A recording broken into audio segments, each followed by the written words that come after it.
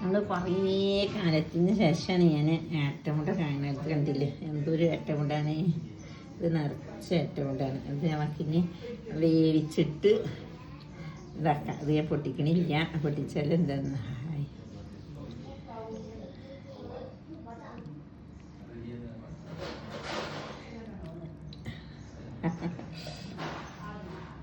ഏട്ടമുട്ട ഇട്ടാ അങ്ങനെ. രണ്ടാമത്തെ ഇതെടുക്കണ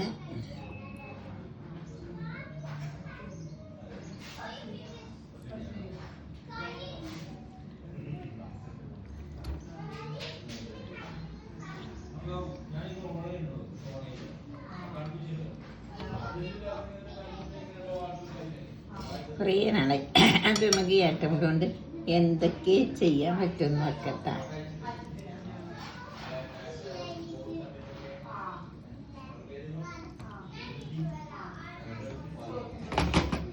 മഞ്ഞളിട്ടിട്ടാ വേവിക്കാം. അപ്പം ഞാൻ വേവിച്ചിട്ട് കാണിച്ചിട്ടാ. കുറേ കാലത്തിന് ശേഷം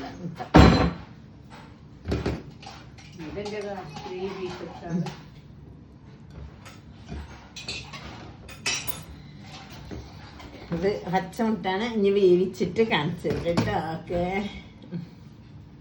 അങ്ങനെ പൊരിക്കുക എന്താ വേവിക്കാതെ ഒന്നും ചെയ്യാൻ പറ്റില്ല, പൊട്ടി തെറിക്കും. അപ്പം വേവിച്ചിട്ട് റോസ്റ്റ് ചെയ്യുക, അങ്ങനെ എന്തൊക്കെ ചെയ്യാം. നോക്കട്ടെ എന്തൊക്കെയാണ്. കുറേ കാലങ്ങളായി ഞാൻ ചെയ്ത ഓർമ്മയില്ല, എന്നാലും ചെയ്ത് നോക്കട്ടെ. പൊട്ടിക്കാലത്ത് ഇങ്ങനെ ഉണ്ടാക്കിയിട്ട് ഇങ്ങനെ തിന്നിക്കണ്, പക്ഷെ ചെയ്തിട്ടില്ല. മുട്ട നല്ല കരിയേപ്പിൻ്റെ കുറച്ച് മഞ്ഞളൊക്കെ ഇട്ടിട്ട് വേവിക്കുന്നുണ്ട്. ഇനി വേവിച്ച് കഴിഞ്ഞിട്ട് നമുക്ക് റോസ്റ്റ് വേണം ആക്കാം. അങ്ങനെ വെറുതെ തിന്നണമെങ്കിൽ തിന്നാൻ അങ്ങനെ ചെയ്യാം. ഒരു അടുപ്പ് ഇങ്ങനെ പിടിപിടിക്കുന്നു.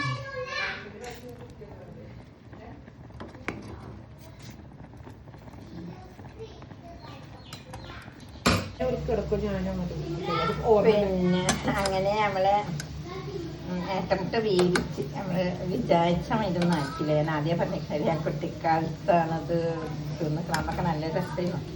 നല്ല മഞ്ഞക്കളർ ഇങ്ങനെ കറിയിലിട്ടിട്ട് തിന്നുമ്പോൾ ഒരു രസമായിരിക്കും. ഇങ്ങനെ ഉണ്ടാക്കുന്ന മോഡൽ മാറിപ്പോയി. നല്ല റോസ്റ്റ് ശരിയായിരിക്കണേ. അപ്പം എനിക്ക് അങ്ങനെ ഏട്ടമുട്ട ഇട്ട് വെച്ചിക്കണം. ഏട്ടമുട്ടയ്ക്ക് ചെറിയൊരു പിഴവ് പറ്റിയിട്ട് മുട്ട നല്ല വേവിക്കുമ്പോൾ ഇടേണ്ടിയായിരുന്നു. അത് ഇട്ടില്ല. അതിങ്ങനെ ഇരിക്കട്ടെ. അടുത്തൊക്കെ ഉണ്ടാക്കുമ്പോൾ എനിക്ക് നന്നായിട്ട് ഉണ്ടാക്കാം. ദുബായിൽ ഏട്ടമുട്ട എപ്പോഴും കിട്ടും.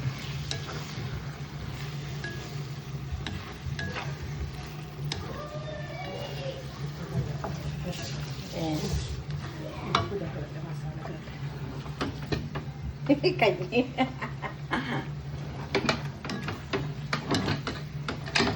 അങ്ങനെ പണിയെടുക്കുമ്പോൾ കൈ വേണ്ട. അങ്ങനെ മുട്ട റോസ്റ്റ് റെഡി. ഏട്ടമുട്ട നല്ല രസം ഇടാം. ഏട്ടമുട്ട റെഡി ആയിരിക്കുന്നു.